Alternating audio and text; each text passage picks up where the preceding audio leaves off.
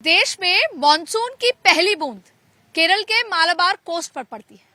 वही केरल जहां पर दशकों से लेफ्ट का राज है, वही केरल जो लेफ्ट का गढ़ है।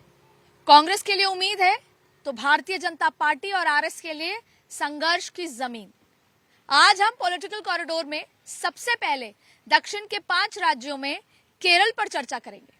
केरल जो बेहद महत्वपूर्ण है सियासी लिहाज से, क्योंकि जहां पर भारतीय जनता पार्टी लगातार आगे बढ़ती जा रही है। जितना जरूरी केरल का सियासत भारतीय जनता पार्टी के लिए है, उतनी ही कांग्रेस के लिए है। केरल की ये 20 सीटों पर लड़ाई निर्णायक होगी, क्योंकि भारतीय जनता पार्टी के लिए ये विस्तार होगा तो कांग्रेस के लिए, राहुल गांधी के लिए अपने सियासी भविष्य की लड़ाई।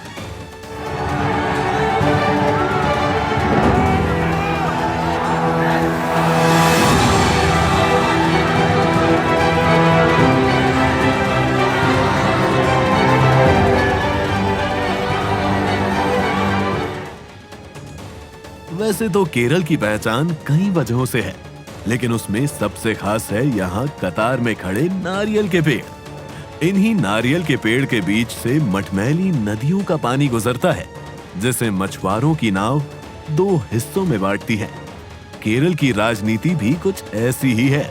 एक तरफ है आरएसएस और दूसरी तरफ है लेफ्ट और कांग्रेस, जो अब एक दूसरे के आमने सामने खड़ी है। इतिहास में न जाने केरल का कितनी सभ्यताओं से व्यापार हुआ है। अंग्रेज भी केरल से ही भारत में घुसे थे मसालों के व्यापार को ढूंढने के लिए। तो यहाँ पर इसीलिए हिंदू, मुस्लिम और ईसाई समुदाय आपको मिलेगा। और उत्तर की राजनीति या उत्तर की कास्ट पॉलिटिक्स जितनी सिंपल है, केरल में उतनी ही कॉम्प्लेक्स हो जाती है। आजादी के बाद से जहां पर हिंदू समुदाय के लोग 10% में गिरावट आ चुकी है उसमें, वहीं केरल में मुस्लिम समुदाय के लोगों में 10% मुस्लिम समुदाय के लोग बढ़ चुके हैं। 1951 में केरल में 61.6% हिंदू रहते थे, जो 2023 में घटकर 54.73% है। मुसलमान आबादी 17.5% से बढ़कर 26.56% हो गई, तो ईसाई आबादी 20.9% से घटकर 18.38% हो गई है। यही सियासी आंकड़ा भारतीय जनता पार्टी और आरएसएस को केरल में पैर जमाने नहीं दे रहा। दरअसल आरएसएस की इमेज एक हिंदू संगठन के रूप में स्थापित हो चुकी है।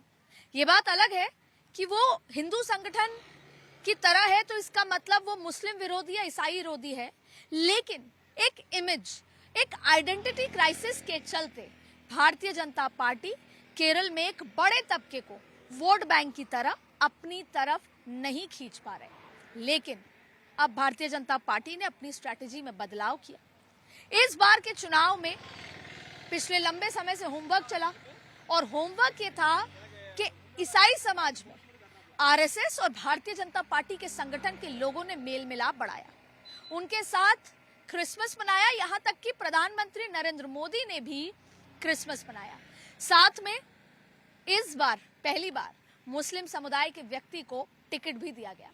रणनीति में बदलाव है, यह आपको इसलिए कहा जा सकता है क्योंकि आप देखिए सीएए लागू किया गया, और उस सीए में जो 5 माइनॉरिटी जिनको कहा जाता है जातियां हैं, 5 माइनॉरिटी धर्म हैं जिनको नागरिकता दी जाएगी, उनमें से एक हिंदू है, एक ईसाई है, पारसी है।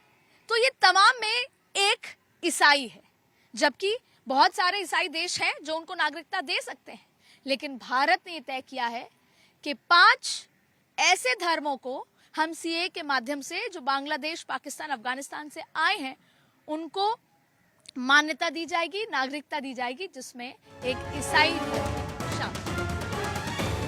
केरल की सियासी बिसात लेफ्ट और आरएसएस दोनों के लिए प्रयोगशाला रहा है। केरल में आरएसएस और लेफ्ट की अदावत का किस्सा भी बहुत पुराना।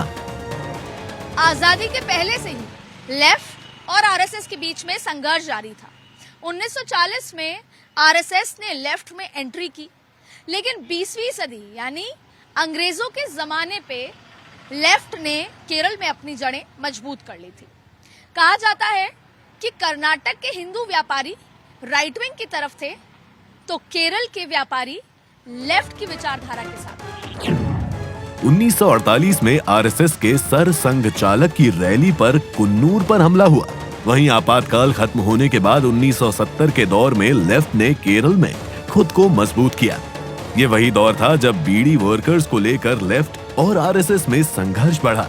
जहां आरएसएस का प्रभाव था, वहीं इस दौर में धार्मिक भावनाओं का भी उभार हुआ, जब लेफ्ट के देवताओं को दुश्मन के तौर पर प्रोजेक्ट किया गया।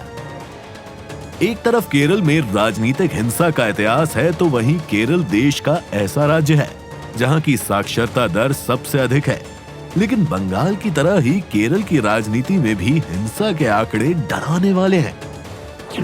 साल 1995 से अब तक राजनीतिक हिंसा में 96 लोगों की हत्या की गई है, जिसमें 42 आरएसएस बीजेपी से जुड़े हैं, तो 40 लेफ्ट की सीपीआई ओएम से। ऐसा नहीं है कि बीजेपी के लिए केरल अचानक से या कहें कि एक चुनाव की वजह से अहम हो गया है। एक तरफ आरएसएस केरल में दशकों से अपनी जड़ मजबूत करने में लगी है, तो वहीं दूसरी तरफ बीजेपी और पीएम मोदी भी लगातार केरल के किले को फतेह करने की कोशिश कर रहे हैं।